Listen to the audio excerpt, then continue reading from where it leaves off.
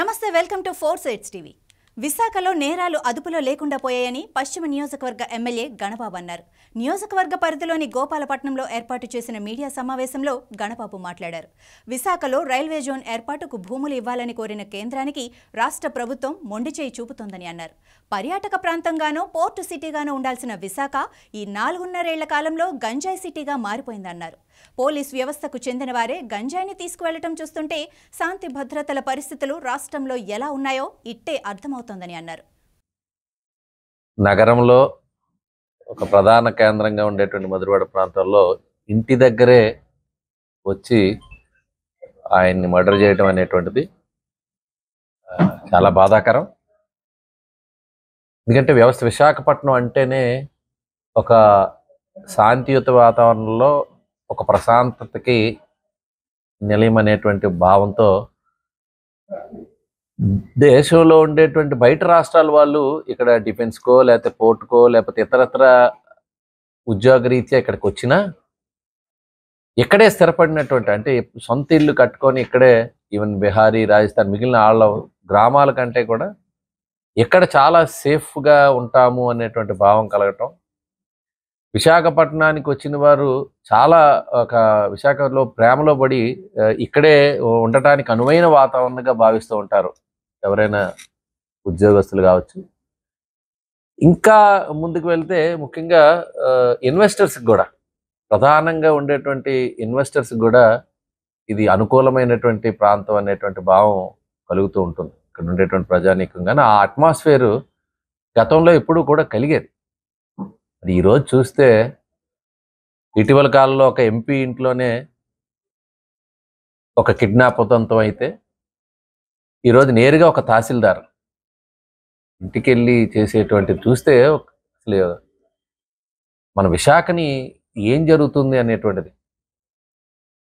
అంటే నేరాలు అనేటువంటివి ఆంధ్ర రాష్ట్రంలో ఈ వ్యవస్థలో పోలీస్ వ్యవస్థ అనేటువంటిది ఎంత బలంగా దృఢంగా ఉంటే నేరాలు అదుపులో ఉంటాయి. అలాంటిది వరుస సంఘటనలు రాష్ట్ర వ్యాప్తంగా జరుగుతున్నవి ఒకవైపు చూసినా, ఒకవైపు ఎందుకు పెట్టుబడులు మన రాష్ట్రం వైపు రావటం లేదు అనేటువంటిది ఆలోచన చేసిన, యువత ఎటువైపు ప్రయాణిస్తున్నారు అనేటువంటిది చూసినా ఒక అంధకారమైనటువంటిది కనబడతా ఉంది. అంటే నిర్ణయాల వల్ల, ప్రభుత్వ నిర్ణయాల వల్ల యువత ఏ రకంగా ఉన్నారనేది చూస్తే ఒకప్పుడు పెట్టుబడులకి ఈ రాష్ట్రం నెంబర్ 1 అనేవారు. ఇప్పుడు గంజాయికి కేర్ ఆఫ్ అడ్రస్ ఆంధ్రప్రదేశ్ అనేటువంటి మూలాలు గంజాయికి దేశంలో ఎక్కడ దొరకనండి మూలాలు ఆంధ్రప్రదేశ్. నిన్న కాక మొన్న ఒక కానిస్టేబుల్స్ కూడా హైదరాబాద్లో గంజాయితో, అంటే అసలు ఏం జరుగుతుంది రాష్ట్రంలో అంటే వ్యవస్థల్ని భ్రష్టు పట్టించే దాంట్లో పోలీస్ వ్యవస్థ చాలా లా అండ్ ఆర్డర్ అనేటువంటిది స్ట్రాంగ్గా ఉన్నటువంటి నేషన్కి లేకపోతే ఆ స్టేట్కే ఈరోజు ఇన్వెస్టర్ వస్తాడు. ఇన్వెస్టర్ వస్తేనే కానీ యూత్కి ఎంప్లాయ్మెంట్ రాదు.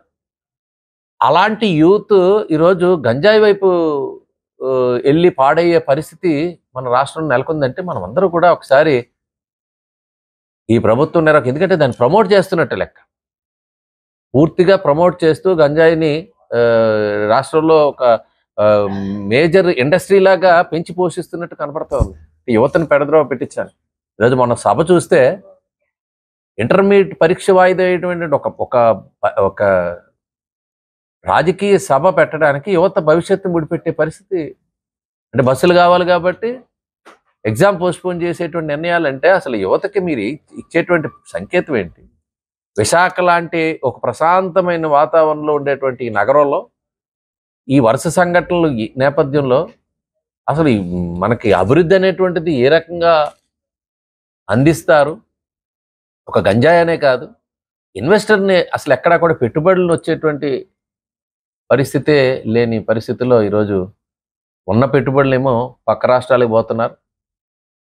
ఉన్నవారు ఇక్కడ ఇన్వెస్ట్ చేసిన వాళ్ళకి ఇది సేఫ్ ప్లేస్ కాదనేటువంటి ప్రచారం జరుగుతున్న తరుణంలో ఇవన్నీ కూడా రాష్ట్ర ప్రజలకి ఈ 5 ఏళ్ల జగన్ రెడ్డి గారి పాలనలో 10-15 ఏళ్ళు వెనక్కి. ఎందుకంటే కొత్త రాష్ట్రం ఏర్పాటు అయిన తర్వాత వచ్చేటువంటి విభజన హామీలు అమలు చేయటంలో వారి కేంద్రం పైన ఆ ఒత్తిడి తేవడంలో కానీ ఆల్మోస్ట్ ఎంపీలందరూ కూడా ఎన్నికల ముందు రాజీనామాలకు వెళ్ళారు. ఆ రోజు వైసీపీ ఎంపీలు ఆ రోజు ఈ ప్రభుత్వం ఏర్పాటు రా మరి ఈరోజు అసలు ఏమీ మాట్లాడకుండా ఉద్యోగ కల్పన ఏ రకంగా చేస్తాము అనేటువంటిది ప్రభుత్వ పాలసీల వల్ల ఈరోజు వచ్చేటువంటి అవకాశం ఉంది. ఈరోజు ఆ నిర్ణయాలు లేకుండా ఓవరాల్గా యువత పెడద్రోవ పెట్టేటువంటి నిర్ణయాలుగా ఈరోజు గంజాయిని ప్రోత్సహించడం కానీ, ఈరోజు ఇప్పుడు చూస్తున్నటువంటి ఈ హత్య జరిగేటువంటి ఉదంతం చూస్తే ఒక ఉన్నతమైనటువంటి అధికారులకి రక్షణ లేకుండా ఒక ఎంపీలకి ఇళ్లలో జరిగేటువంటి సంఘటనలు తీసుకుంటే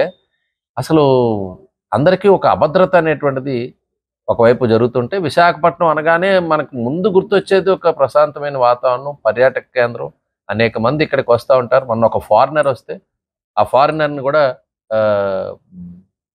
ట్రెక్కింగ్కి వెళ్తుంటే వారిపైన దాడి చేసి సెల్ ఫోన్ లాక్కున్న పరిస్థితి. అంటే ఇవన్నీ కూడా కొత్తగా వింటున్నాం.